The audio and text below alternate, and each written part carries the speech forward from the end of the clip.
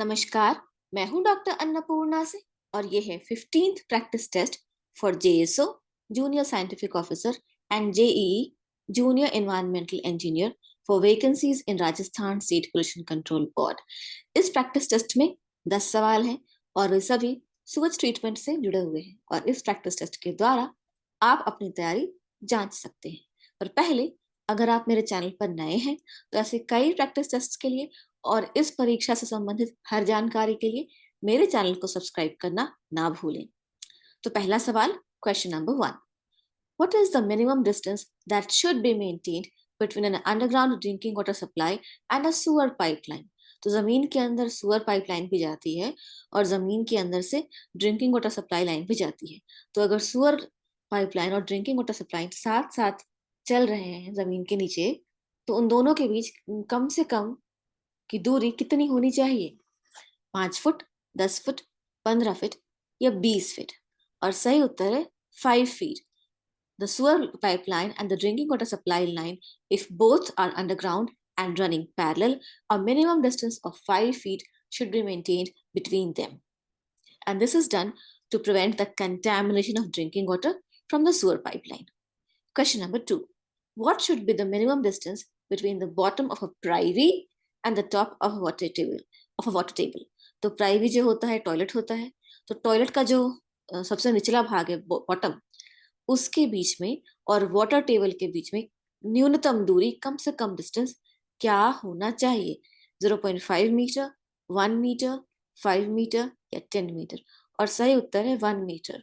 जो प्राइवी होता है, जो सिंपली एक टॉयलेट होता है जो हम जमीन के अंदर गाड़ देते हैं, उसके भी बॉटम, उसके तले से वाटर टेबल के बीच में कम से कम 1 मीटर की दूरी होनी चाहिए ताकि प्राइवी से वाटर टेबल कंटेमिनेट ना हो। ठीक है। Question number 3। Which of the following organic pollutants is most easily biodegradable? इसमें से कौन सा ऑर्गेनिक पोल्यूटेंट है जो सबसे आसानी से बायोडिग्रेडेबल होता है? High BOD to COD ratio. BOD होता है बायोलॉजिकल ऑक्सीजन डिमांड और सीओडी होता है केमिकल ऑक्सीजन डिमांड। इसके अलावा high COD to BOD ratio, sewage with high oxygen level या sewage with high level of toxicants. तो जिस सुएज का सीओडी उसके बीओडी से ज्यादा होता है वो सुएज इजिली बायोडिग्रेडेबल नहीं होता है।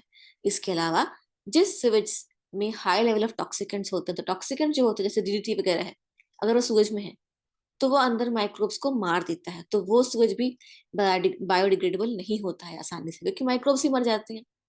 पर sewage with high BOD to COD ratio and sewage with high oxygen level content, ये दोनों आसानी से बायोडिग्रेडेबल होते हैं। खासकर वो स्विच जिसमें बीओडी बायोकेमिकल ऑक्सीजन डिमांड ज्यादा होता है सीओडी से, वो सबसे आसानी से बायोडिग्रेडेबल होता है।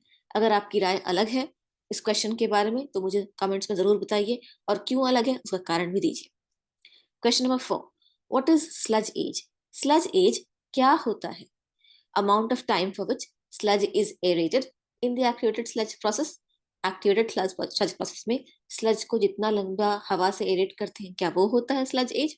या फिर amount of time for which sludge remains settled at the bottom, या फिर उस समय तक जब तक कि तले में स्लज रहता है, या फिर amount of time the sludge needs for drawing, या फिर वो समय जो कि स्लज को सूखने में लगता है। जब वेस्टेड स्लज को हम तले से बॉटम से निकाल लेते हैं तो उसको एयर ड्राई करते हैं, सन ड्राई करते हैं, तो उसमें जो समय लगता है क्या वो स्लज एज है? या D, all of the above? सही उत्तर है amount of time for which sludge is aerated in the activated sludge process.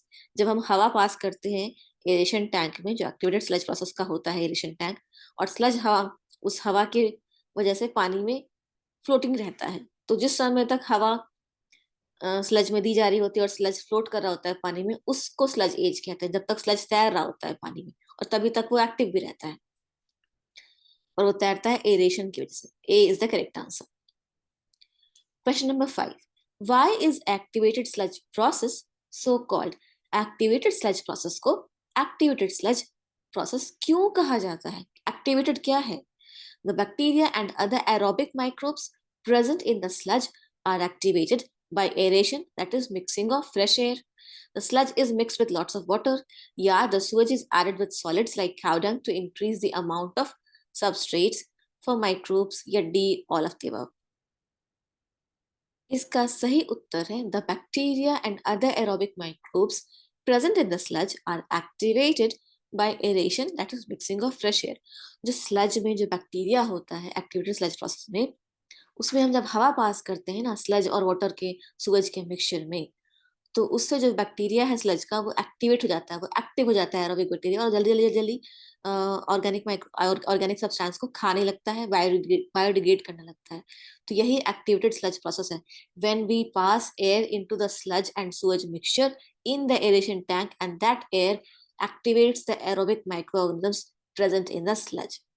ठीक है, A is the correct answer. Question number 6. What is F by M ratio in activated sludge process? Activated sludge process में F by M ratio क्या होता है? Food to microbes ratio, BOD biochemical oxygen demand या biological oxygen demand, दोनों कह सकते हैं।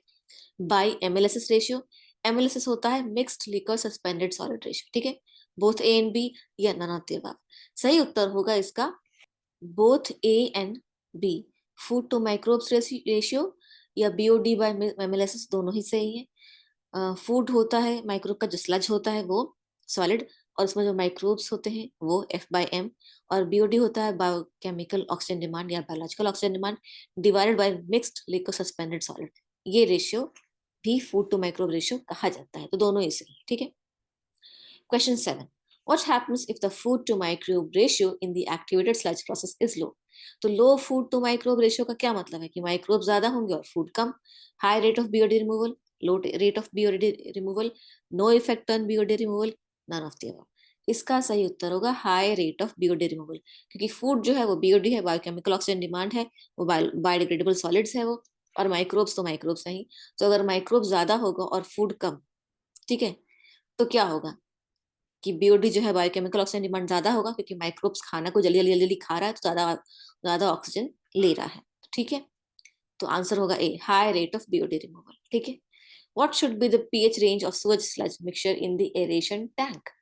PH range क्या होना चाहिए सूरज स्लज मिक्सचर का एरेशन टैंक में? 6.5 टू 8, 5.7, 7 टू 9 या 8 टू 9? इसका सही उत्तर होगा कि न्यूट्रल के आसपास होना चाहिए पीएच, तो 6.5 टू 8। स्लाइटली एसिडिक होगा तो भी चल जाएगा, स्लाइटली बेसिक होगा तो भी चल जाएगा, पर बहुत ज्यादा एसिडिक या बेसिक नहीं होना चाहिए। ठीक है, question number 9। What does it mean when the aeration tank of the activated sludge process turns septic? जब एरेशन टैंक होता है एक्टिवेटेड स्लज प्रोसेस का और सेप्टिक हो जाता है, तो उसका क्या मतलब होता है? anaerobic conditions and foul smell, aerobic conditions and smooth functioning, neutral pH या no microbes in the aeration tank? इसका सही मतलब होता है सेप्टिक कंडीशन, मतलब एनारोबिक कंडीशंस। और जब एनारोबिक कंडीशन होगा तो एनारोबिक गैसेस जैसे कि अमोनिया या हाइड्रोजन सल्फाइड इमिट होगा, और वो फाउल स्मेलिंग गैसेस होती है। ठीक है, सही उत्तर है A. Question number 10। Which of the following arrangements can attain maximum removal of BOD? इनमें से कौन से अरेंजमेंट ऐसा है जिससे बीओडी मैक्सिमम रिमूवल होता है? बीओडी मतलब बायोकेमिकल ऑक्सीजन डिमांड, और बीओडी रिमूवल का मतलब होता है कि ऑर्गेनिक मैटर का बायोडिग्रेडेशन। ठीक है, यही मतलब होता है बीओडी रिमूवल का, बायोडिग्रेडेशन। तो किसमें सबसे ज्यादा बायोडिग्रेडेशन होगा? Oxygen pond, oxidation ditch, oxidation pond, oxidation ditch, aerated lagoon या रोटेटिंग बायोलॉजिकल कॉन्ट्रैक्टर्स। और सही उत्तर होगा इसका बी, ऑक्सीडेशन डिच। इसमें सबसे ज्यादा बीओडी रिमूवल होता है, और वो हम देखते हैं आगे कि ये सब कुछ क्या होता है। Oxidation ditch is a modified activated sludge biological treatment process that uses long solid retention time (SRTs) to remove biodegradable organics. The typical oxidation ditch is equipped with aeration rotors or brushes that provide aeration and circulation. और oxidation ditch जो होता है वो इस तरह का होता है। मैं आपको डायग्राम दिखा देती हूँ ताकि आपको क्लियर हो जाए। ये देखिए, ये ऑक्सीडेशन डिच है, इसमें ऐसे एरेटर लगे हैं जो हवा बबल कर रहे हैं। जब आर्टिफिशियली आप हवा बबल कर रहे हैं तो मैक्सिमम एरोबिक ऑर्गेनिज्म एक्टिवेट होंगे, तो सबसे ज्यादा बायोडिग्रेडेशन यहाँ होगा, तो ऑक्सीडेशन रिच ये होता है। अब ऑक्सीडेशन पॉन्ड क्या होता है? It's a man made depression confined by earthen structures to oxidize effluent और सुएज नेचुरली। तो इसमें कोई आर्टिफिशियल एरेटर्स नहीं लगे होते, ये मैन मेड एक तालाब की तरह खोद दिया जाता है, उसमें सुएज को डाल दिया जाता है, और नेचुरली जो हवा उसमें आ रही है उसी से वो डिग्रेडेशन होता है। एन एरेटेड लगून क्या होता है? एरेटेड लगून और एरेटेड पॉन्ड, ये होता है simple waste water treatment system consisting of a pond with artificial aeration to promote biological oxidation of wastewater. तो इसमें क्या होता है कि इसमें भी एक तालाब की तरह खोदते हैं, लेकिन तो उसमें आर्टिफिशियल एरेशन भी होता है, कुछ पंखा वगैरह लगा होता है जो कि उसको हवा दे रहा होता है। तो नेचुरली तो एयर मिक्स भी हो ही रहा है, आर्टिफिशियली और आप उसको मिक्स करा रहे हैं, तो इसका ऑक्सीडेशन, जो बायोलॉजिकल ऑक्सीडेशन रेट होता है वो भी हाई होता है। और आखिरी है रोटेटिंग बायोलॉजिकल कॉन्ट्रैक्टर्स। इसमें क्या होता है, these are a type of attach growth biological waste water treatment system. They employ a series of rotating discs to support microbial growth and promote the removal of pollutants from waste water. और ये होता है इस तरह का, ये rotating biological contractor है, ये चक्का है, इसमें माइक्रोबियल फिल्म होती है पूरे चक्के पे, पूरे व्हील पर, और ये घूमता रहता है, और जो माइक्रोब्स होते हैं ये जो सूरज है यहाँ पर, उसको डिग्रेड करते जाते हैं, और फिर क्लीन सूरज यहाँ से निकलता जाता है, स्लज यहाँ पर बैठा जाता है। यही है। आशा है ये प्रैक्टिस टेस्ट आपके लिए उपयोगी रहा होगा। अगर आपको कोई कंफ्यूजन है या आप किसी बात से डिसएग्री करते हैं तो मुझे कमेंट्स में जरूर बताएं। आज के लिए इतना ही, मिलती हूँ अगले प्रैक्टिस टेस्ट में। तब तक के लिए जय हिंद, जय भारत।